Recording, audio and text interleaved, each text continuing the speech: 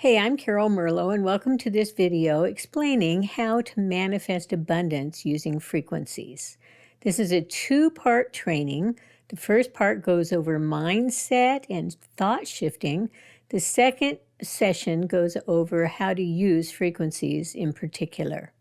So this is part one, how to build an abundance mindset. Now, I want to encourage you to take notes.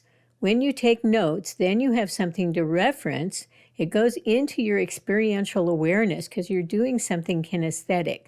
So it's important to type or write as you're experiencing this. Write down any questions you have, and then we're going to do a couple exercises that are going to require you to write something down. So let's do that for sure. First, let's talk about what is abundance. In this world, we are pretty much consumed about money, aren't we? How much do groceries cost? What about my housing? When can I go on a vacation? Is there enough month at the end of the money? And how to create abundance and prosperity in our lives so that we feel safe, secure, and even abundant so that we can give to others. Right? So that's pretty much a big full-time job for our little brains to try and wrap our heads around so we can be paying attention to our survival. This is a really interesting thing, isn't it? Because really, have you ever noticed that right now you're just fine? Right now, you're just fine. So abundance really is about a way of thinking and being, not so much as a sense of having. Because you can experience abundance even if you don't have the physical manifestation of wealth or prosperity right now. One way to look at abundance is to experience it as spiritual well-being. Spiritual well-being encompasses all of thought and emotion and plus a little bit more because it includes the sensations and experiences of that which is beyond the physical. So whatever your spiritual orientation is, it can be experienced and utilized when we start to focus our thoughts on those of abundance. And then consequently, we have emotions that experience abundance, and then we have the resultant manifestation. And that's the process. It begins with thought. So it says here that the starting point is to accept responsibility for your life and your thoughts. We need to move out of blame consciousness, shame, blame, and condemnation. It is so easy to blame, isn't it? For one thing, it makes you feel better about yourself because it's something outside of you that's causing it. But truly, if we want to experience a transcendent state of consciousness, we have to assume responsibility for it and recognize that if it's to be, it's up to me, and that me includes you as a spiritual self, besides you as a personality self. Now, I'm going to go into this a lot in part two, but you have to recognize something that's true. You are a magnet. You magnetically attract that which you are. That which you are is the combination of your unconscious programming, that which came before you, that which you were subject to as a child and maybe before that. Also what you're programming yourself to be right now. That's part of it. But you can shift that thought and create a new reality, regardless of what the external circumstances are or what the past was. Now, I want to spend a little time on these 4 states of consciousness. This is a model that was originally created by Michael Beckwith, and it's a very useful tool when we're talking about abundance. Notice number 1 in the bottom left, it says to me. This is what I'm talking about with victim consciousness, the consciousness that wants to blame, the consciousness that is, oh man, it happened to me. It is my boss. It is my partner. It is my programming. It is my trauma. Whatever it is, I'm the victim of it, and I can't move out of that because I'm stuck in this victim consciousness. That's a really tough place to be. Many of us are there, and we can be there in one part of our lives and not in another. So recognize that this is really a powerless place, and really you're operating unconsciously because you're not utilizing the power of thought to shift yourself out of that. And it takes some work for many, many people to shift ourselves out of that. But if we utilize these other 3 quadrants, that ability to shift out of that victim consciousness becomes easier. Now let's look at number 2, by me. By me. This is the ego position, the egoic position of, if it's to be, it's up to me, and only I can do it, and nobody else is going to be there to help me, and so I'm going to create it. And when I create it, I know it's me, and I am the creator, I'm the manifester, I'm the doer, I am the one, I am the power. Okay? Now, feel how good that feels. And it works really, really well until it doesn't. Until something happens where the structure you created as the doer falls apart. And this happens in many, many cases. Very few people ever go through their lives without having this experience of a downfall. That downfall we call the dark night of the soul. And so you can see this diagonal line between 2 and 3 because it brings you to your knees. This is when you surrender. Now, the word surrender has never been one of my favorite words, but I've worked with it. And now I understand that surrender is actually release into. Release into. So I allow whatever that thing is, the ego perspective, the victim perspective, I allow that to be released. And then open myself to the potentiality, to the consciousness of experiencing myself as a higher consciousness and allowing that to come in through me. So I become a vessel rather than the ego that's causing it or the victim that's the result of it.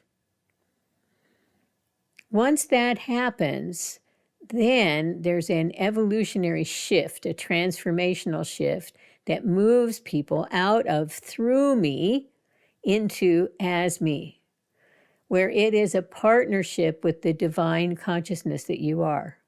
So you are in partnership with abundant consciousness. You are in partnership with abundant love. You are in partnership with the power, the peace and the power to create the life you want. And that is as me. So as we go through this training, start to recognize where you are in each of these places. Now let's talk about the condition. The condition is the external circumstance. It's what your body is, looks like, feels like, behaves like, your outside world, your friends, your home, your job. Everything that you are and experience is the condition. It's the external. Okay, and this is defined as reality. It's reality. And I'm not here to tell you that reality isn't real. Reality is real. You can feel it, right? It's affecting you. You are in it. However, you don't have to play by its rules because you have a secret. You are the cause of the condition. Remember in the beginning I was talking about the responsibility? Well, here you recognize that you are the cause of the condition. When you are the cause of the condition, and not going into blame or anything like that, but moving into the power to shift the condition and manifest something different. So this unconscious or the programming or the victimness or anything that's been happening that has stopped you from experiencing great abundance is the shadow. And the shadow was really talked about a lot by Carl Jung originally. A lot of people do this shadow work. It's the stuff you don't want to look at. The stuff that's running you, that's in your unconscious programming that never seems to let you be free. It's the stuff that's holding you back, all right? So past failures, not feeling that you're enough. You can't, that sense of you can't. I can't do this. I can't do that. Or the fear of the future. because you don't have a faith or a trust in the ability of the universe to support you. And this fear of the future keeps you in anxiety, keeps you in victimhood, keeps you in feeling like you are it and there's nobody else to support you. So these are all shadow, and they are not the actual spiritual truth. Okay, that's all in the world of thought and feelings. And if it's in the world of thoughts and feelings, you can do something to change it. So it starts with your vision. Now, think about having a vision of something. What do you want? Now, I talk to a lot of clients and I ask them this question. Many people are wanting something to happen to them because they're unhappy with where they are, and yet they don't know what it would feel like or be like on the other side of that thing. Well, I hate my situation at home. Okay, well, if you had a situation at home that felt good, that was what you wanted, what would that be like? And then they can't create it because they're so in the stuckness. So the first step is to create a vision. And there's exercises that we can do to help create that, okay? The first step in doing this vision process is to visualize. So working with a coach typically, or if you're really good at this, you can create a what I want kind of vision, okay? It could be anything. And then the tendency is to want to go fix the world, fix your life to alleviate the thing that you don't want. But what if you see it differently and you can start to see what it would take to shift?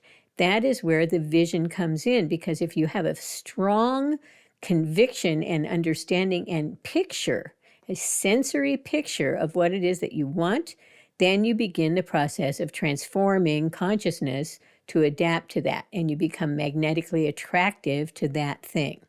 So let's do a visualization exercise together.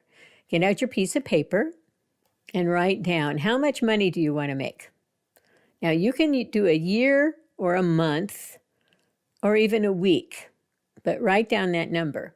That number is your real number. I don't want any people saying $1 million. All right? I want your real number of what it takes for you to survive and some thrive. Something realistic that you can absolutely believe in. Okay, you got that number? Great. All right, now imagine adding a zero onto it. So let's say your number is $10,000 a month. For some people, that may be too much. For some people, not enough, but I don't know what your number is. So let's just say $10,000 a month. Now add a zero. That's $100,000 a month.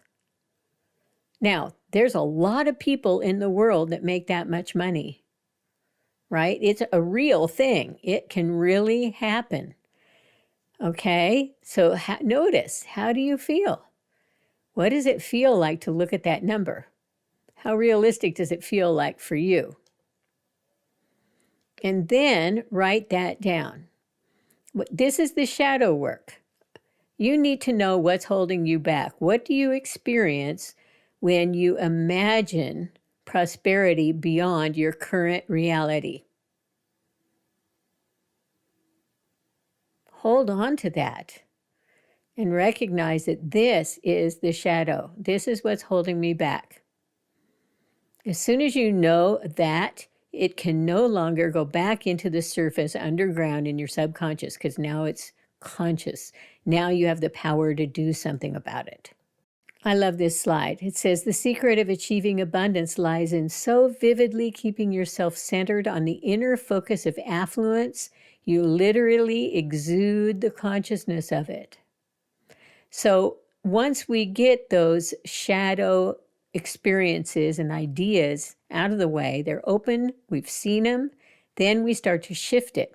And then we start to imagine this reality that is possible and probable when we start to experience it vividly in our consciousness, our imagination, and start to practice feeling that vision. Now, I love this phrase, divine oceanic substance. And so I want you to feel the air around you right now. Notice that everywhere in your room or wherever you are, there's air. You walk outside, there's air. Go down the street, go to another country. Everywhere there's air, as long as you're on the ground and not in outer space and not in the ocean. And there's even ways to have air around you when you're in the ocean, right? For fish, the oceanic substance is the ocean. It's the air of the ocean for a fish. For us, it's the gases that we are breathing right now and swimming in. So using that as the metaphor, then imagine yourself being in an oceanic substance that is completely abundant, that is endless, that is filled with power, filled with energy and life, that enhances everything you do, and it's always available to you. Not only that, it interpenetrates you. You are made out of this. It's around you, and you're made out of it. This is the divine oceanic substance that abundance is. One way to practice this is to think about a faucet. So you know that when you turn on the faucet, the water flows out. Again, all analogies break down. You can say, yeah, but the faucet's broken. You can do those things. But just for this analogy's purpose, think about your faucet in your mind. This is a faucet that actually never breaks. It's never broken. It's always subject to you and whether or not you want to open it or close it. This is the spiritual flow of the oceanic substance that you get to control in your life. So when you turn on that faucet, it flows and continues to flow. It's abundant. It's never ending. The only thing that can turn it off is you. You can turn off your faucet of abundance. And you may notice as you're going through this process, these next few weeks, you'll notice when your faucet is off and then turn it back on. So you're back in the flow of the divine oceanic substance and the abundance that's around you. Now, if it's winter, you obviously don't have blades of grass that you can go count unless you live in California or something like that. All right, where I live, all the grass is dead right now. But there's lots of leaves on the ground. I can count those. Or I can imagine all the ants that live under the ground all over the planet. Everywhere there's ants. Billions and billions of ants. Or grains of sand on the beaches in the world. Or numbers of stars in the universe. Stars like our sun, not even planets. It's always easy when you practice to notice what's abundant and what's plentiful in the universe. And that can help you remain aware of the abundance, to shift you back into, yeah, it's a real thing. Abundance is real. It's not just limited. It is all around me all the time. All right, now this exercise takes time. So I would, if I were you, do a screenshot here. Okay, because this is the most powerful tool you can use. If you want me to coach you through this, I'll be happy to do that. You just contact me. But let's look at this step by step, okay? How is it going to look and feel for you to live prosperously? What'll you wear? What kind of clothes do you have? Now, what kind of clothes do you have now? You may like the clothes you have, but what if you had more? What if you had different quality?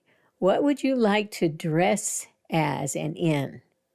If you are completely abundant and money is not a limitation, where would you go?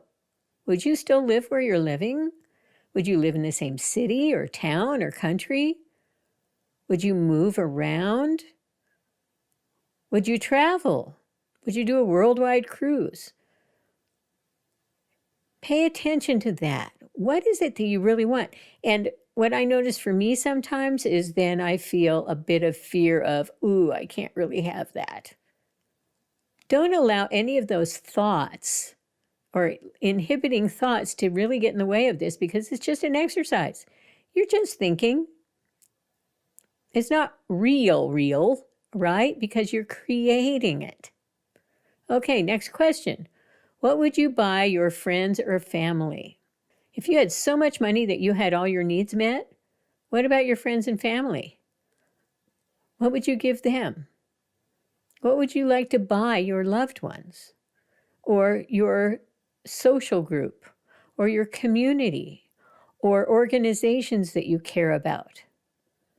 What if you had so much money that you could support those organizations? Feel into that feeling. Notice how it will feel to buy those things. Here's a great little tool. Just act as if it's impossible to fail. In other words, fake it till you make it. Don't worry about the external so much as your consciousness and your thinking. What if you can imagine that it's not impossible? What if you can imagine that, oh yeah, this could really happen? And then you start to shift your thinking and your belief, which then opens the doors for that to occur. I love this little exercise too. So pull out a dollar bill if you have one. So imagine this dollar, and that's why you've got a picture here. And notice it. It says 1. It doesn't say any other number. And if you go anywhere, all you can get for it is $1 worth. Okay? It is an unchangeable amount. A $1 is a $1 is a $1. However, on the back of the dollar bill, it says, "In God we trust." Now, this transfers this idea of stuck, fixed money being rigid to what is the possibility? Because money is currency. Currency is a frequency. And from here, you can create a sense of trust in the limitless supply that is available to you, even if you don't know how it can happen. Here's another great exercise. Now, I know many of us pay our bills digitally, but I use a program called Quicken, and you may have one. And if you don't have the ability to write this, do it with your consciousness. Just do it with your attention and awareness. Bless your money. Bless the money that's going out. Think about that. What if you are grateful for the electric bill or the gas bill or the landlord or the groceries? Watch the money flow out of you as a blessing, because you are blessing the world with your exchange by giving of your money. Then, bless the money that's coming into you. Bless the money you notice in your checking account as it comes in. If you do write checks, write thank you on those checks. Thank you for the services. I am grateful that I get to pay for those services. And watch what happens as you start to treat money with reverence.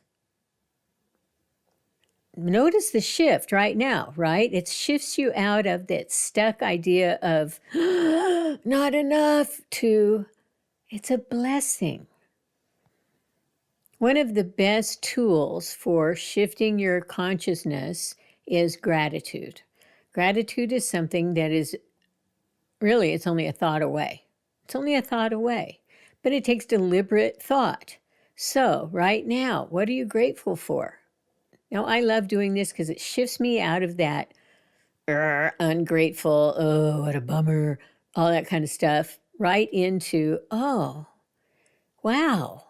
And then shifts you into feeling good because now you're experiencing gratitude for anything.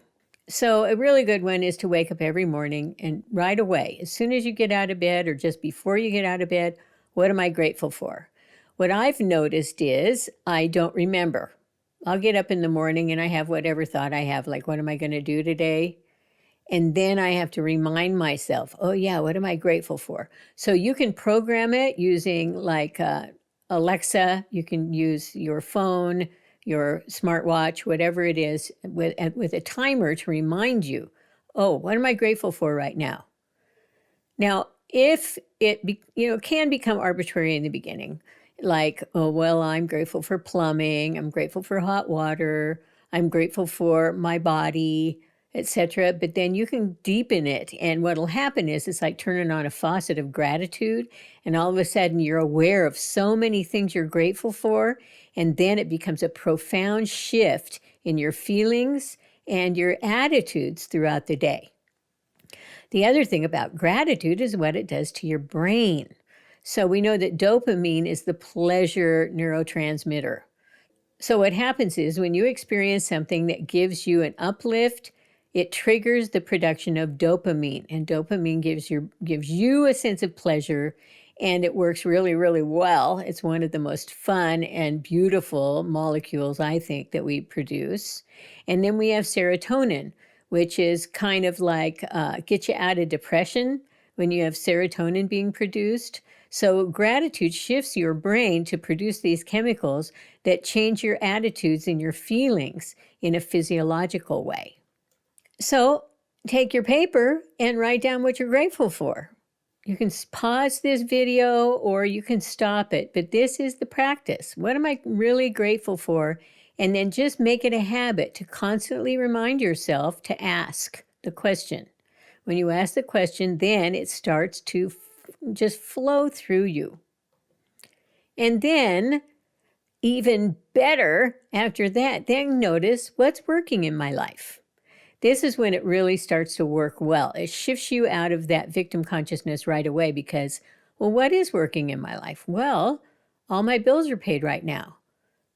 Oh, it's warm. I have a heater on. Oh, I have something to look forward to today. I'm so excited about this or that. Wow, this is working really well in my life. And then you start to notice those things. It's a really great shifting tool. As a result of using these practices, it'll shift you into a new identity where you can now receive abundance because you've gotten yourself into the consciousness that vibrationally harmonizes with abundance coming to you.